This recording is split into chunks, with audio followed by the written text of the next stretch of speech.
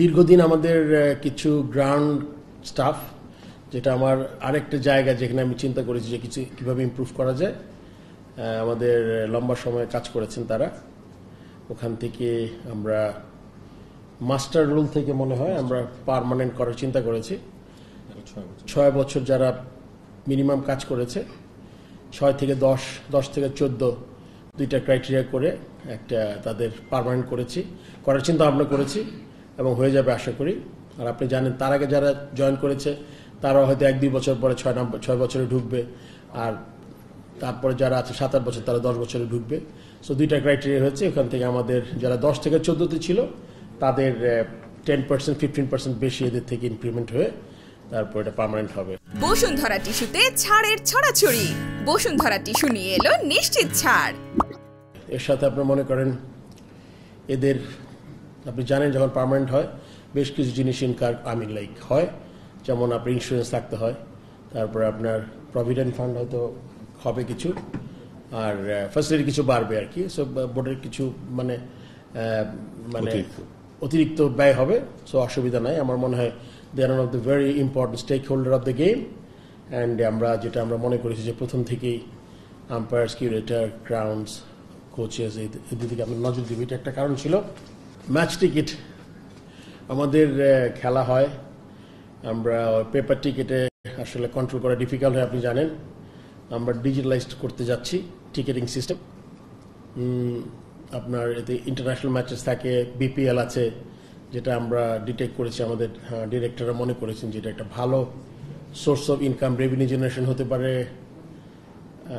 Cricket বোর্ডের জন্য।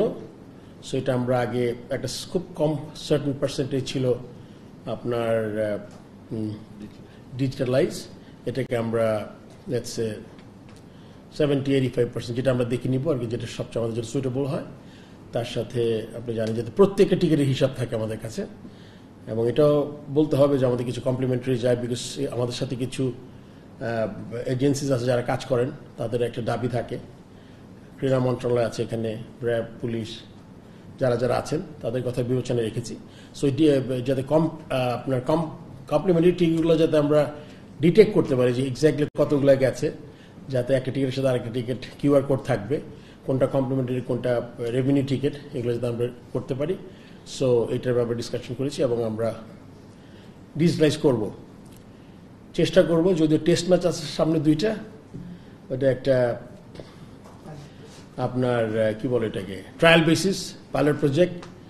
বেশি টিকিট করতে হবে না, বিকজ আপনি জানেন টেস্ট ম্যাচে খুব দর্শক বেশি হয় না, বাট ম্যানেজমেন্টটা কীরকম হতে পারে এটা আমরা আলোচনা আছে। যদি একদম সামনে খুব কাছাকাছি সময় তারপরে দেখবো আর কি। আমরা যদি আমার যে সিস্টেমটা তৈরি করছে তারা যাতে যদি দিতে পারে তাহলে আমরা চেষ্টা করব।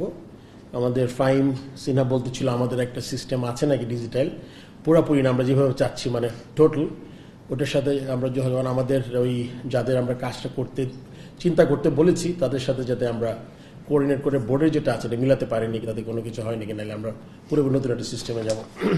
সো আম্পায়ারিংটা যাতে আরেকটা ভেরি ইম্পর্টেন্ট গ্রেডিং মানে stakeholder for the game. So এখন যেহেতু কিউরেটেডটা হয়েছে, আম্পায়ারিং আমরা খুব স্ট্রংলি নজর দিচ্ছি।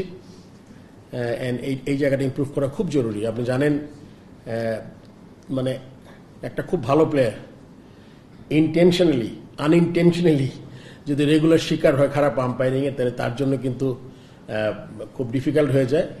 সো ওই জন্য আমরা চেষ্টা করেছি, হিউম্যান এরর তো থাকবেই, ওইটুকু হাতে রেখে যতটুকু ইমপ্রুভ করা যায় ওটা আমরা করব। এর মধ্যে আমাদের এক আম্পায়ার মারা গেছেন, নিহত, মানে he was like killed brutally. So ওই ব্যাপারে তাকে আমরা কিভাবে তার ফ্যামিলিকে হেল্প করতে পারি আমরা চিন্তা করেছি। যে তার 2 ছোট বাচ্চা আছে, মানে কনস্ট্রাকটিভ ওয়েতে, নট লাইক 2 লাখ 5 লাখ টাকা দিয়ে দিলাম, তাতে করে আসলে খুব বেশি হবে না, আরেকটু বেটার কিছু করা যায় কিনা চিন্তা করেছি। আরও একটা ছেলে চোখে ব্যথা পেয়েছে, এরকম আর কি 2-3টা জিনিস ছিল। স্কোর একটা মারা গেছে, আরেকজন ছিল। সো এই জিনিসগুলো অনেকগুলো ব্যাপারই ছিল। সেই মোটামুটি আজকে আমাদের এই আলোচনা হয়েছে। For more updates, subscribe to our YouTube channel and click on the bell icon. Follow us on Facebook and Instagram. Download T Sports app to enjoy exciting games and highlights. Visit tsports.com.